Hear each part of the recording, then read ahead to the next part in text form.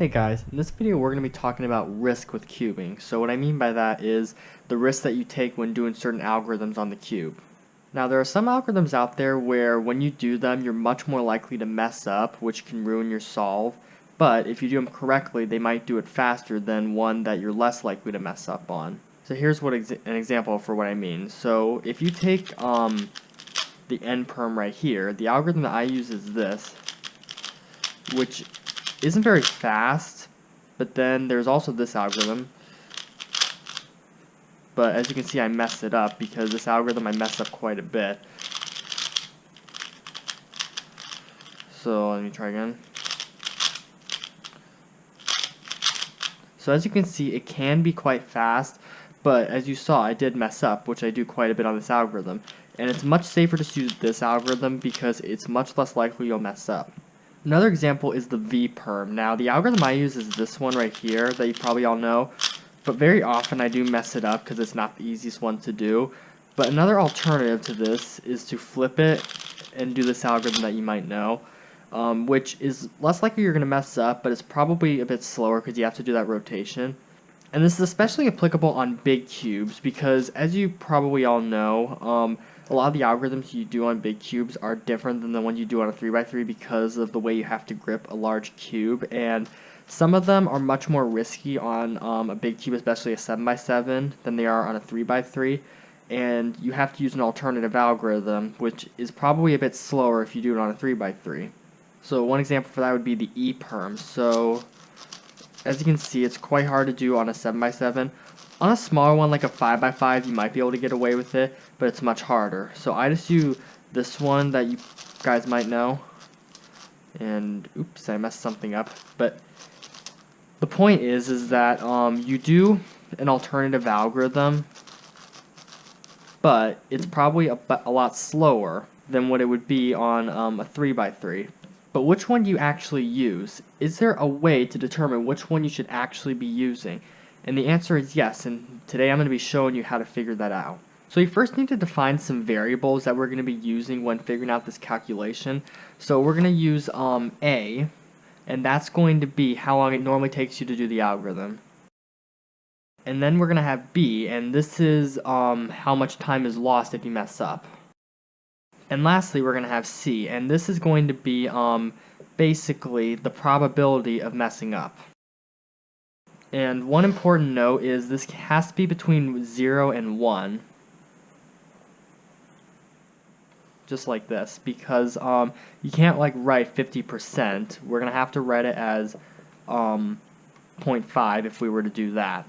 So now that we have these numbers here, let's start setting up an equation for how we can represent this. So first we're going to pay attention to the cases where we don't mess up. So we have to take the probability of you not messing up, which is basically 1 minus the probability if you do mess up, because those two added together has to equal 1.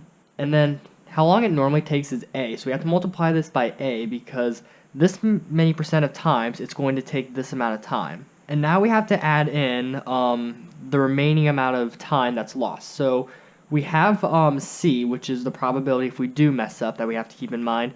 But this time we have to add A and B together because this is the total amount of time that it's going to take because you messed up. So essentially, we have the probability right here if you don't mess up, how long it normally takes if you mess up, the probability if you do mess up, and then how long it takes when you do mess up. And this equation right here will return your average amount of time for how long it's going to take. This is, on average, the amount of time it'll take if you add it all up over solves. So now this equation looks a little bit complicated, so we're going to simplify it a little bit. So using a little bit of simple algebra, we can use distributive property. So we have A minus AC, and we plus AC plus CB. And as you can see, these two here cancel out, and we are left with A plus BC.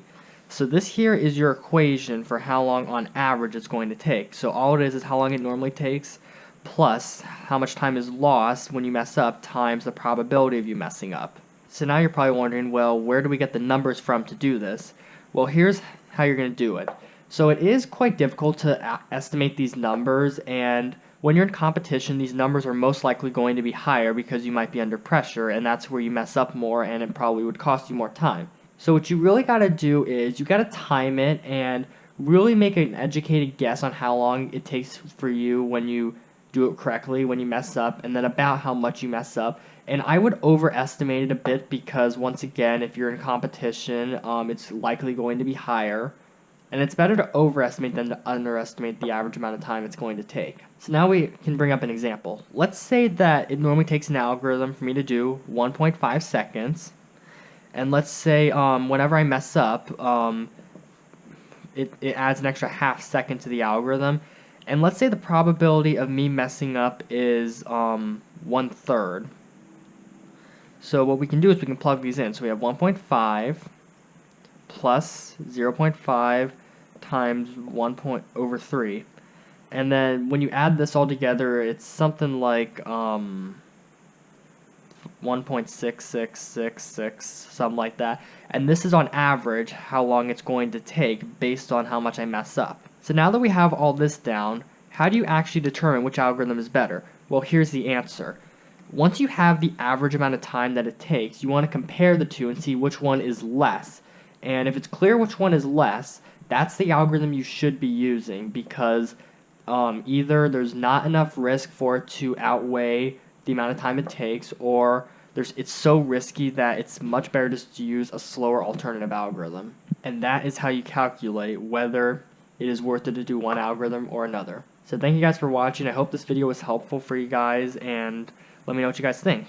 Thanks for watching. Bye.